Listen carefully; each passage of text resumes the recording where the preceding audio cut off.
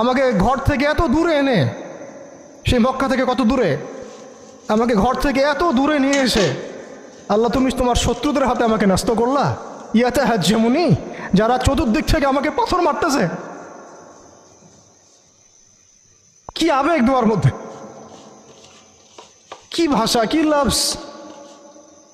ইলা আদুইন বা আইদিন ইয়াতে হাজ্জামুনি, তুমি আমাকে আল্লাহ ঘর থেকে বের করে এত দূরে নিয়ে আসলা, শত্রুদের হাতে সমর্থ করলা, তারা আমাকে চতুর্দিক থেকে পাথর মারতেছে।